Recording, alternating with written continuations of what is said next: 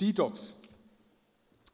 Phil und Corinna haben schon gesagt, heute geht es weiter in dieser Serie und heute ist das Thema die verführte Seele. Das ist ein ziemlich harter Cut jetzt, aber das könnt ihr.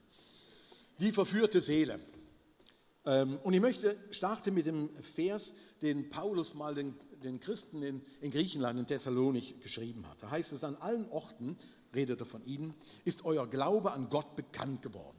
Paulus attestiert den Christen in der griechischen Stadt und fährt denn lobend fort und sagt, wie ihr euch, ihr lieben Christen, von den Götzen zu Gott bekehrt habt, um dem lebendigen und wahren Gott zu dienen. In Griechenland haben sich die Menschen, und jedenfalls da in dieser Stadt, im ganzen Teil Menschen, nach einer langen Tradition, heidnischer Tradition, zu dem Gott bekehrt, den Paulus ihnen vor einiger Zeit gepredigt hat. Zum Gott der Juden, dem Vater von Jesus Christus. Und in dem Licht, dass sie sich umgewandt hatten, des neuen Gottes, erschienen alle anderen Götter, die sie bisher angebetet hatten, wie Götzen. Das war wirklich nicht lebendig. Und Jesus wurde nicht einfach der Obergott der Götzen, sondern wirklich der wahre und lebendige Gott. Weg von den Götzen. Bei dem Wort Götzen, da denken wir ja meistens sehr schnell so an heidnische Völker, an Stämme in Asien, Afrika, die so mehr oder weniger so kunstvoll gestaltete Figuren anbeten, ihnen opfern, vor sie niederfallen, alles Mögliche bauen und gestalten. Und das sind dann so Götzenbilder, die wir vor Augen haben. Im Buch von der Apostelgeschichte im Neuen Testament, da gibt es eine sehr lebendige Schilderung darüber mal, wie von solcher Götzenverehrung, wie sie in der damals antiken griechisch-römischen Welt stattgefunden hat. Das war üblich. Jede Straßenkreuzung hatte irgendwo so einen kleinen Tempel und irgendeine kleine Gottheit wurde an so einer Straßenkreuzung angebetet. Und Paulus kommt also in Ephesus, kommt in verschiedenen Städte rein und erstaunt nicht schlecht über die Vielzahl von diesen Göttern, die dort überall angebetet wurden. Es gab die Aphrodite zum Beispiel, Göttin der Liebe, der Schönheit, der Begierde, sehr prominente Gottheit. Dann gab es Ares, den Kriegsgott. Wenn irgendeine Auseinandersetzung war mit anderen Völkern, selbst wenn man mit seinen Nachbarn Streit hatte, der Gott wurde angerufen, um zu kämpfen, um wirklich sieghaft zu sein. Artemis als Göttin der Jagd und Hüterin der Frauen und Kinder, die für Wohlstand, wirklich für Erfolg irgendwo im Leben stand, deswegen die vielen Brüste, also viele Menschen sollen satt werden und fruchtbar sein und außergewöhnliche. Die wurde angebetet. Hephaistos, dieser Gott der Vulkane, aber gleichzeitig für die Schmiedekunst und auch für Architektur stand.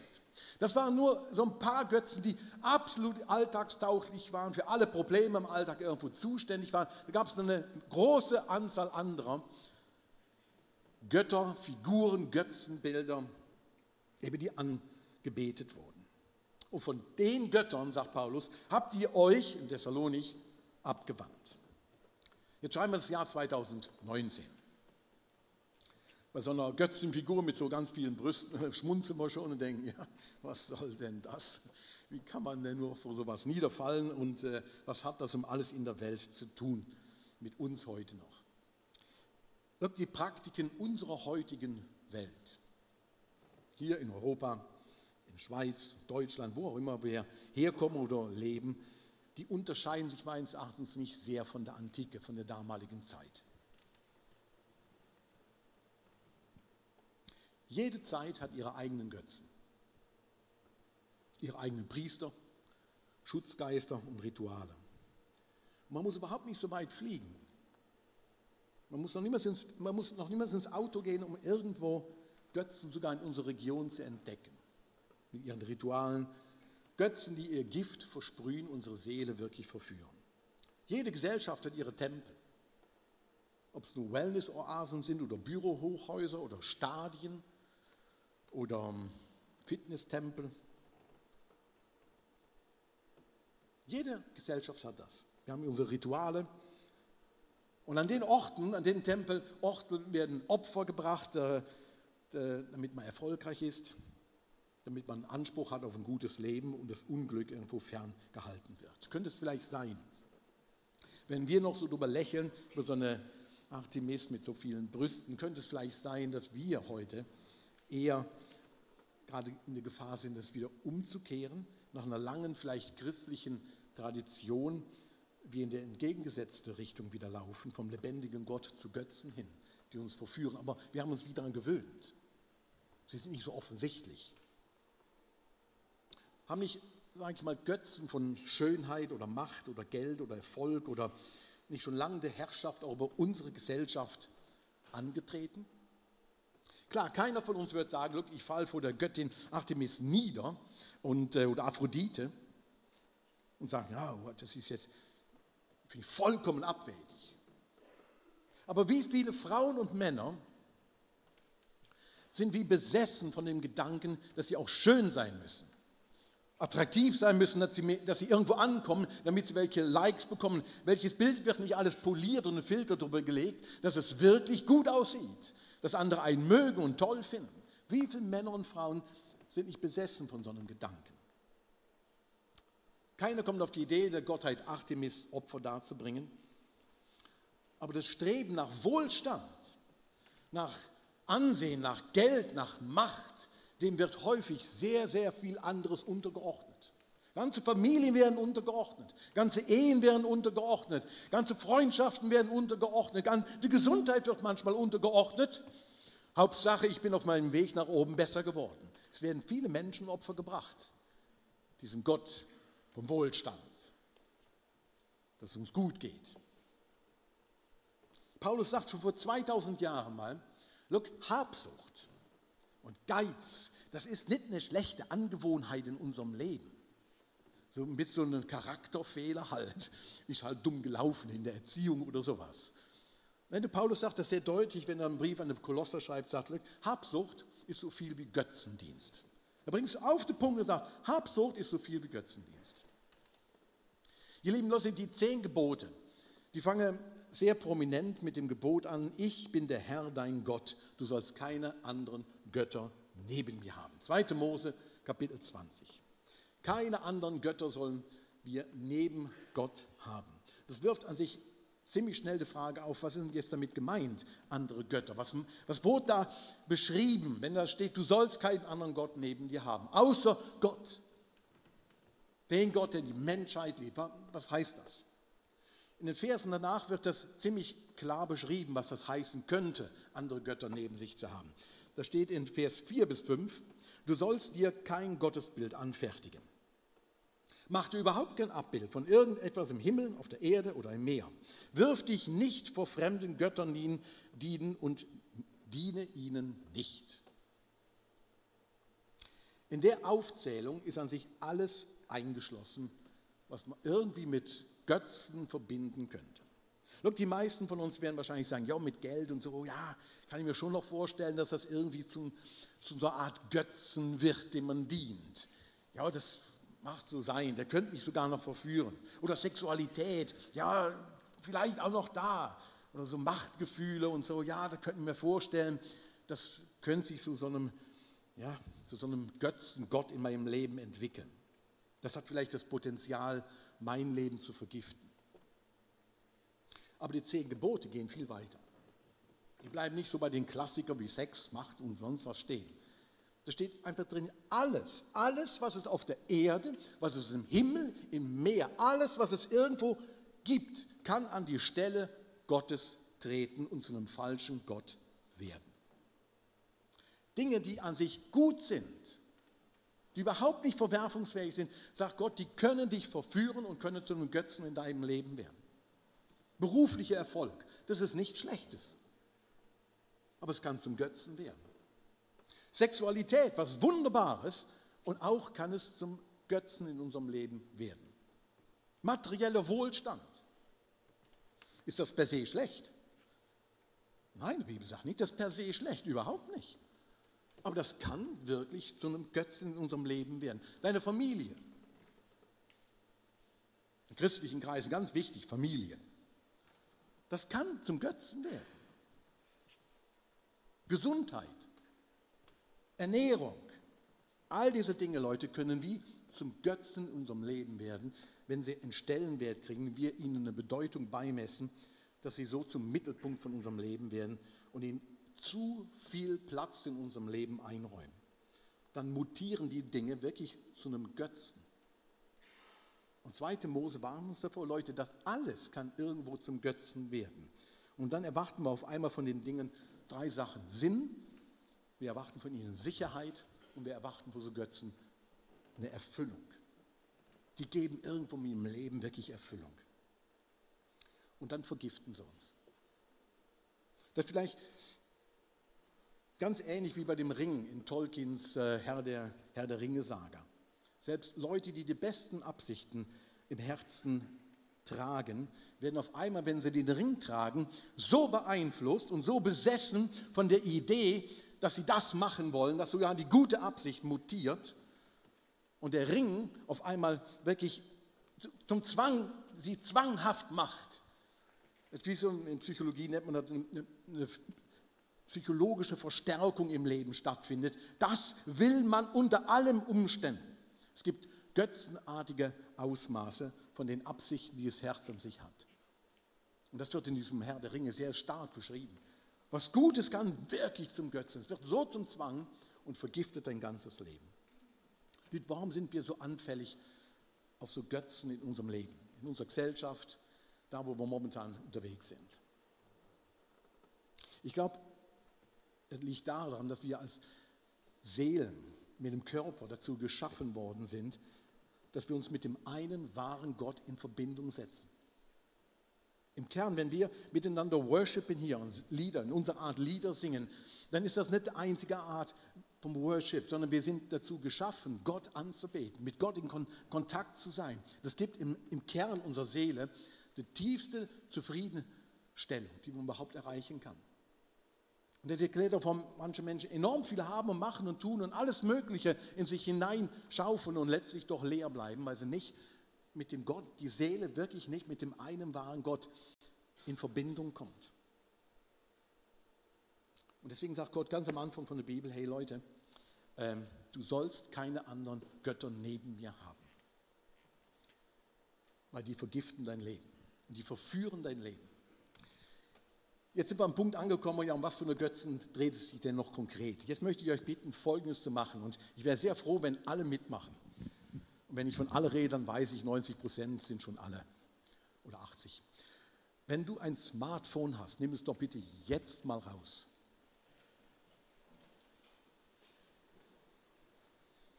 Jetzt rausnehmen. Sehr einfach. Und dann, ich mache eine Anleitung dazu. Look, ihr seht hier vorne eine Adresse eingeblendet und möchte euch bitten, dass ihr das in eurem Browser, Safari, Chrome, was auch immer du benutzt, Firefox, habe ich einen vergessen, möchte keinen zu nahe treten, die Adresse reintippst, icf-basel.ch/ask. Und dann kommst du auf eine Seite, die heißt Slido. Ich mache das jetzt auch. Und ich erkläre euch kurz, um was es jetzt geht. Macht noch nichts, ist noch wichtig. Die verbleibende Zeit von der Predigt möchte ich damit jetzt füllen und sagen, okay, über welchen Götzen sollen wir denn reden mal? Was würdet ihr sagen, ist mal interessant, über den Götzen hier mal zu sprechen? Also ihr entscheidet euch, wie bei Netflix-Serien habe ich mir erklären lassen, ihr entscheidet, wie es weitergeht jetzt. Ihr müsst sagen, über welchen Götzen wollen wir hier mal sprechen? Was wird unser ICF mal gut tun, das mal zur Sprache zu bringen? Ich habe so versucht, so Kategorien zu machen. Götzen, die Macht und Ehre, Erfolg zum Beispiel zum Thema haben. Sollen wir über das sprechen? Oder finanzielle Geldgötzen. Im Kern geht es darum, auf was vertrauen wir? Warum hat das so eine Macht?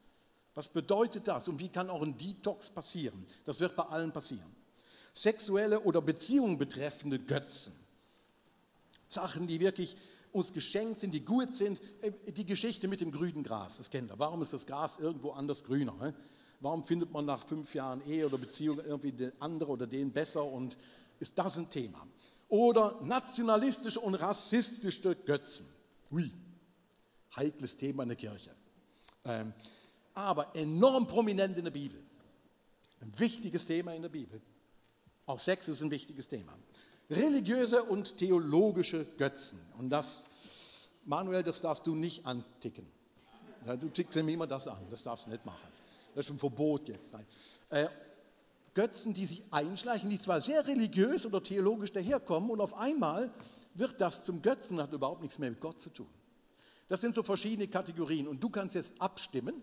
Du kannst irgendwo draufklicken und hast das schon gemacht, merke ich. Ihr seid viel zu schnell.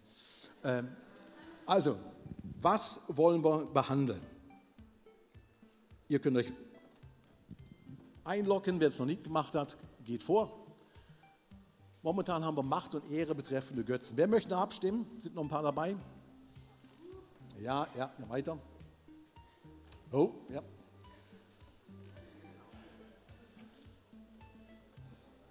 Yep. Die Religiösen gehen wieder zurück, dafür die Nationalisten bleiben auf 16%.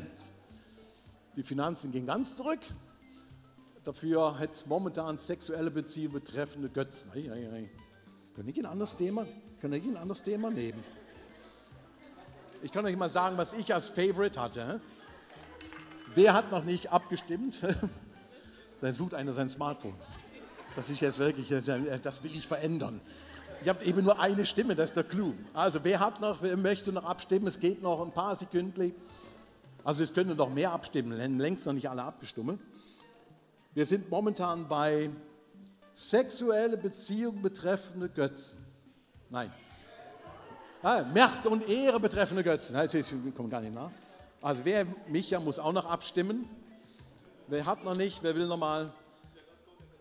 Ja, nein, wir will noch mal das Code eben nicht, genau, richtig. Also, ja, Leute, dann haben wir einen Gleichstand. Das finde ich jetzt sehr, sehr schön.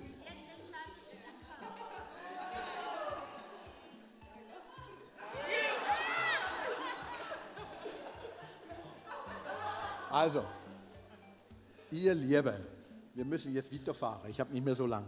Es bleibt, so wie ich das sehe, bei Macht und Ehre. Wir machen jetzt. Das zählt aber jetzt nicht mehr. Soll ich jetzt wirklich Sex machen? Wollt ihr das wirklich? 30%. Ich habe gesagt, wer die meisten hat. Ich sage euch mal, was mein Lieblingsthema gewesen wäre und wo ich jetzt gern drüber geredet hätte. Aber ich sag's euch. Ich hätte sehr. Ne? Es hat gewechselt. Kann man es nochmal einblenden? Nö, mach nicht mehr. Ihr merkt, das ist ein tolles Tool, aber es wird chaotisch. Oh no. Ich darf entscheiden. Also, ich darf entscheiden. Hä? Okay, gute Idee, nächste Woche das andere Thema, okay? Einverstanden. Also, wir machen Macht und Ehre. Und ich sage euch auch warum. Wir haben eine Serie 6 hier gehabt mit Veronika. Wisst ihr noch? Ja, das war die Serie, wo ich am meisten Feedbacks bekommen habe, jemals im ICF. Und ich habe nächste Woche nicht so viel Zeit dafür. I tell you. Und ich habe Feedbacks von wow, wunderbar bis ganz grusig. Ja. Und das lassen wir jetzt mal. Das soll mal ein anderer machen, nicht ich. Aber ich nehme gern Macht und Ehre und sage euch, was ich gern gemacht hätte. Ich hätte liebend gern über nationalistische und rassistische Götzen gesprochen. Weil das ein verrückt prominentes Thema ist in der Bibel. Aber vielleicht kommen wir ein anderes Mal da drauf. Und wir nehmen jetzt Macht und Ehre. Look, Leute, bei Macht und Ehre, es wie im Garten Eden, glaube ich, strebt der Mensch danach, dass wir unsere Grenzen erweitern. Dass wir irgendwo den Drang in uns spüren und sagen, wir möchten schon ein Stück wie Gott sein. Wir möchten Menschen, Männer und Frauen sein, die selbst bestimmen, die selbst wissen, was richtig ist und die selbst auch sagen, so soll es gehen und so soll es eben nicht gehen. Die Schicksal in der Hand nehmen und Grenzen akzeptieren, ist für uns Menschen manchmal ziemlich schwierig. Sagen, look, das ist dein Playfield, das ist dein Ground, hier bist du drin. Das fällt uns häufig schwer, weil wir uns dann eingeengt fühlen und finden, ja, aber ich bin ja auch noch und so weiter. Und wir wollen letztlich im Griff halten, unser Leben. Und das ist jetzt mal per se gar nichts Schlimmes, etwas im Griff halten. Aber es kann sehr, sehr, sehr schnell auch zum Götzen werden in deinem Leben, was dich vergiftet. Ein ganz beeindruckendes Beispiel in der Bibel, wie man davon heil werden kann, aber was das auch bedeutet, was das einen krank macht, ist die Geschichte vom Nebukadnezar im Alten Testament, im Buch Daniel. Da wird es sehr deutlich beschrieben. Babylonien, in Kapitel 2 im Daniel, Babylonien ist damals das Weltreich an sich. Das größte Reich, hat Assyrien besiegt und so weiter. Sie sind wirklich an der Macht und Nebukadnezar ist jetzt der König. Und der gute Mann leidet offenbar unter Schlafproblemen, er hat schlechte Träume und er hat einen ganz speziellen Traum, wo ihm keiner auslegen kann, außer ein gewisser Daniel, ein Jude, der an diesem Königshaus ist und mit ein paar anderen dort ist. Und der wird schlussendlich, macht die Geschichte kurz, weil so viel Zeit habe ich nicht mehr dafür, er legt den Traum aus. Und im Kern ist der Traum, der von der Zerstörung von einer ganz großen Statue spricht, die durch einen Stein letztlich zerstört wird. Im Kern ist der Traum ein Aufruf zur Demut. Zur Demut im Alten Testament. Dein Reich, König Nebukadnezar, das wird erschüttert werden. Und Daniel deutet dann ganz interessant diesen Stein als Reich Gottes, das eines Tages auf dieser Welt wirklich aufgerichtet wird. Das Reich Gottes, wo am Ende wirklich steht. Das zerstört auch hier auf der Welt schon Macht und Mächtige, wenn sie sich nicht beugen. Daniel 2, Kapitel 2, Vers 44. Der Nebukadnezar wird im Kern aufgefordert, seine Haltung gegenüber Gott zu korrigieren. Look, du hast nicht alles im Griff. Du bist nicht der Herrscher über alles. Du bist ein Mensch. Du bist nicht Gott. Und bild dir nicht ein, dass dein Leben, du alles im Griff haben kannst. Und dennoch denkst, das ist mein Verdienst. Davon bin ich bin derjenige, der es gemacht hat. Wisst ihr, erfolgreiche Menschen, und vielleicht müssen wir gar nicht so weit gehen, sehr erfolgreiche, vielleicht können wir einfach sagen, Leute so in unserem Breitengraden, die es so geschafft haben, denen es gut geht, relativ, ja, uns geht es gut und so weiter. Leute neigen dann dazu, all die positiven Dinge ihres Lebens sich selbst, ihre Intelligenz oder manchmal ihre harten Arbeit zuzuschreiben. Das habe ich verdient. Weißt du, wie viel ich gekrüppelt habe für die Ferien? Weißt du, was ich da Verzicht hatte, dass ich endlich die Wohnung habe jetzt? Weißt du, was ich alles gemacht habe, damit ich das Auto fahren kann, diese Kleider habe und so, mein Bankkonto so ist, meine Pensionskasse so groß ist, ich die in die Versicherung habe und so weiter. Dabei ist die Wirklichkeit, und das ist die Botschaft an den Nebukadnezar, an den mächtigsten seiner Zeit, dabei ist die Botschaft, look, das Leben ist viel komplexer. Viel komplexer stimmt gar nicht. Was hast du dazu beigetragen, dass du hier geboren wurdest? Mal im Ernst. Wird schwierig, gell? Du hast nichts dazu beigetragen. Du bist hier in einem der reichsten Länder der Erde geboren und hast nichts dazu getan. Du bist in eine Familie vielleicht hineingeboren, die wohlhabender war oder auch ärmer war, aber auf jeden Fall, du hast eine Möglichkeit gehabt, vielleicht in die Schule zu gehen. Hast du da was dazu beigetragen? Nein. Du bist hier hingekommen, du bist hier auf die Welt gekommen, du bist in die Familie gekommen, wo du herkommst. Und die hat Dinge ermöglicht, vielleicht auch manche Dinge schlecht gemacht und so weiter. Das kann alles sein.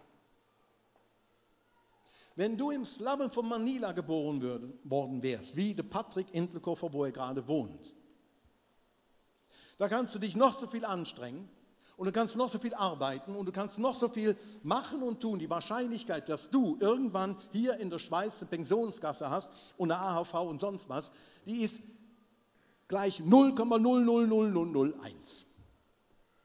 Nur weil er da hinten geboren ist. Und Daniel erinnert Nebukadnezar daran, Nebukadnezar, deine Macht, wo du redest, ich bin der Mächtigste, und mahnt ihn zur Demut und sagt, das ist eben nicht dir allein zuzuschreiben. Und wenn du das nur dir allein zuschreibst, dann wird das zum Götzen, der dich vergiftet, der dein Denken vergiftet und dich selbst arrogant und überheblich macht im Leben. Und dann erlebt Nebukadnezar ein Werdegang von Demütigung. Er wird verrückt und alles Mögliche. Er kriegt Depression, kommt in eine Klinik, also irgendwo für sich in der damaligen Zeit. Und erst mit der Zeit erkennt er, hey, das ist nicht einfach auf meinem Mist gewachsen.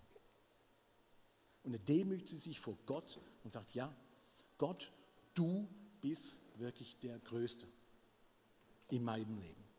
Ein Beispiel von Jesus, glaube ich, kann uns sehr helfen, Götzen dieser Art in unserem eigenen Leben wirklich zu enttarnen. Der Paulus schreibt mal an die Christen in Philippi im 2. Kapitel, die Gesinnung sei in euch, die in Jesus Christus ist. Der, obwohl er Gott war, seine Herrlichkeit verließ, einer von uns wurde. Aber nicht nur einer von uns wurde, sondern sich sogar demütigte unter uns, um dir und mir zu dienen. Und deswegen sagt Jesus, look, wer will der Größte sein? Der soll der Diener von allen sein. Und das ist die Mahnung vom Alten Testament an den Nebukadnezar. Wer will der Größte sein? Komm zurück. Ein schleichender Götze in unserer Gesellschaft, hier gerade im Westen, finde ich das ein sehr versteckte Götze. Wie macht sich aus, wie wir uns das selbst zuschreiben, wie wir so stolz sind auf uns und merken, wow, das ist jetzt wirklich was, das habe ich mir verdient. Und Gott hält dagegen und sagt, du hast überhaupt nichts, du bist hier geboren, das war nicht dein Punkt. Und vieles in deinem Leben, das ist nicht auf deinem Mist gewachsen, sondern vielleicht auch nur pure Gnade, wo Gott in deinem Leben hat walten lassen. Die Götze von Macht kommt manchmal extrem religiös daher. Hat viel mit religiösen Dingen zu tun. Auf einmal wird Erfolg auf einmal sich selbst zugeschrieben. Ich kenne das von ein paar Pastorentreffen her, wo man zusammengesessen hat und dann hieß es, oh, wie viele Leute kommen denn nach euch wie viele sind bei euch in der Kirche? Manuel, du kennst es noch. Ne? Da wartet man drauf, wenn die Zahl denn rauskommt, wow, wir sind so und so groß und wir haben das erreicht und wow. Liegt dahinter ist einfach nur ein Götze vom Ansehen, von Macht. Ich bin größer, wichtiger, das haben wir geschafft. Und Gott müsste nur so machen, bing, und dann ist alles wieder weg. Und daran erinnert uns Gott und sagt, wer groß sein will, der soll dienen. Wie kann man Götzen entlarven im Leben, wenn man merkt, hey, das ist wirklich was, wie tut man geistlich Zähne putzen, wie ich vor ein paar Wochen gesagt habe. Wenn du herausfinden willst, ob das ein Götze ist, wo in deinem Leben, immerhin 30% haben gesagt, das würde mich mal interessieren, was das in meinem Leben vielleicht zu tun hat. Wenn du wissen willst, ob du Ratten in deinem Keller hast, dann sollte man nicht ganz vorsichtig die Treppe runtergehen und möglichst ganz laut rufen, Ratte, wo seid ihr? Das hilft nicht. Wenn du Ratten überraschen willst, dann springst du in Eibensatz die Kellertreppe runter und dann siehst du vielleicht ein paar lange Schwänze verschwinden. Oder auch nicht. Mit anderen Worten, das gilt auch für den Zustand für unser Herz. Häufig in Drucksituationen in unserem Leben kommt wirklich raus, was innen drin ist. Da kommt raus, welche Götzen wir zutiefst irgendwo in unserem Herzen bewegen, wo wir auch uns darauf ausgerichtet haben, wo wichtig wäre, einen Detox wirklich zu erleben. Weil etwas Standesmäßige für wahr halten und ein verändertes Denken und Handeln, gerade bei Macht, das sind manchmal zwei Sachen, wo man andere vielleicht so darauf hinweisen muss, wir müssen sie identifizieren. Vielleicht noch ein paar Hinweise. Wenn wir über das Identifizieren und Erkennen gehen, jetzt hat mal einer gesagt, die Religion eines Menschen ist das, was er tut, wenn er alleine ist. Ein einfacher Hinweis, wie könnte ich so Ratten überraschen, ist, nimm mal deine Fantasie unter die Lupe. Götzen entlarven sich dann, wenn sie überrascht werden, aber auch wenn nichts anderes von uns Aufmerksamkeit erfordert. Also wenn wir so mal Gedankenfreiheit haben, so Gedankenspiele haben und einfach unseren Gedanken mal nachhängen. Und manche malen sich da sehr mächtige Gedanken denn aus, vom beruflichen Erfolg, von Traumwohnungen, von Sicherheit, von allem Möglichen. Ich meine nicht, weißt du, mal ein gelegentliches Abschweifen von Gedanken, das haben wir alle. Sondern ich meine wirklich ein regelmäßiges, darüber denke ich sehr, sehr gerne nach und darüber male ich mir auch sehr viele Sachen aus. Schau mal deine Fantasie an, über was du so nachdenkst, wenn du an nichts denken müsstest und was denn einfach so als Gedanke aufpoppt. Manchmal hilft das. Eine andere Frage, hey, wofür geben wir gern Geld aus? Und ich meine jetzt nicht, ich sage es gerade am Anfang, es ist gut und richtig, und schreibt euch das mit auf, wenn ihr wollt, es ist gut und richtig, überhaupt nichts Falsches daran, Geld für Dinge auszugeben, die einem am Herzen liegen. Verstanden? Punkt.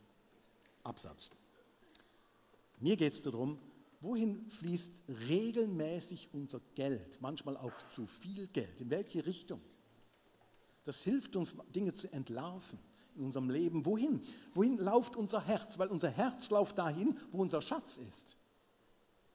Und der Paulus macht das mal sehr deutlich. Er sagt mal in den Korinther, wenn Gottes Gnade wirklich das Wichtigste in unserem Leben wäre, dann würden erstaunlich hohe Beiträge ins Reich Gottes fließen. Er macht es sehr einfach.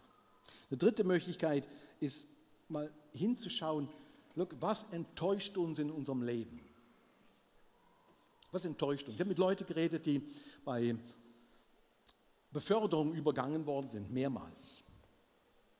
Leute, die das wirklich extrem ruhig und gelassen hingenommen haben, gesagt, hey, look, ja, ich bin nicht, ja, das ist so. Ich bleibe auf der Stufe, das wird nicht andere.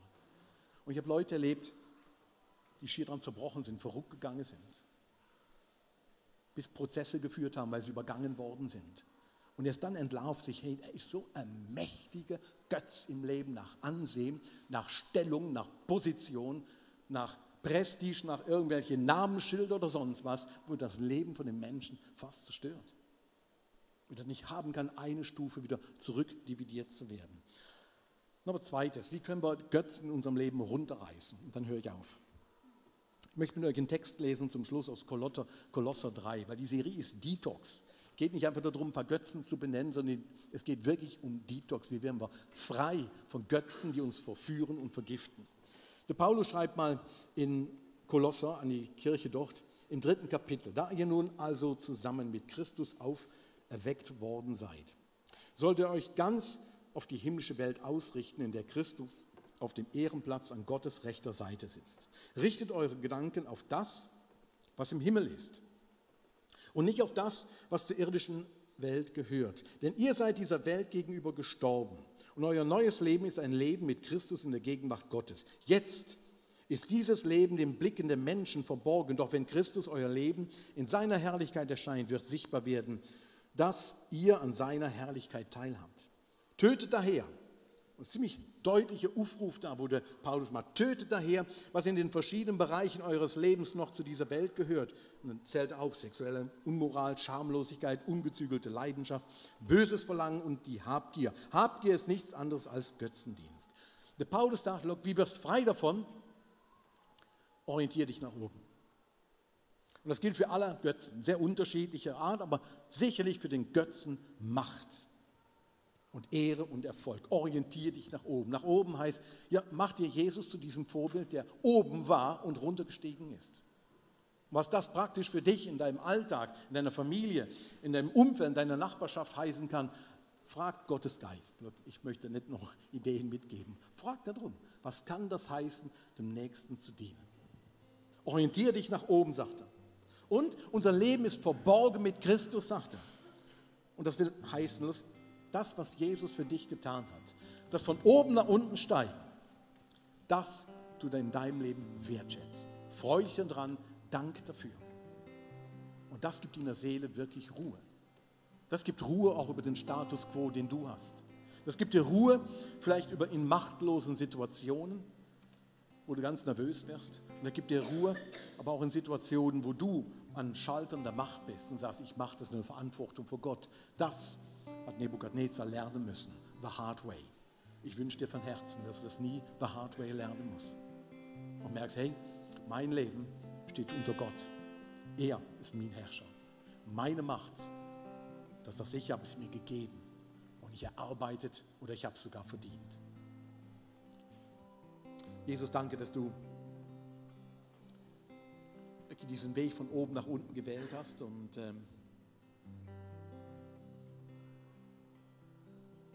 unserem Vorbild darin geworden bist, was das heißt, groß zu sein, Ehre zu haben, Erfolg zu haben. Und wir bitten dich, wirk du in uns, dass unser Herz und unser Handeln und unser Denken wirklich dir gemäß und dir mehr so wie du bist, wirklich das in unserem Alltag ausleben können. Jesus, wir danken dir ausdrücklich für all das, wo wir auch hier genießen dürfen, wo wir haben. Wir danken für das Land, wo wir leben und für die vielen Vorzüge, die wir genießen. Und Jesus, wir möchten das nie als selbstverständlich nehmen. Wir möchten das als Kirche immer wieder sagen, danke. Und wir möchten verantwortungsvoll und jetzt selbst herrlich damit umgehen. In deinem Namen beten wir.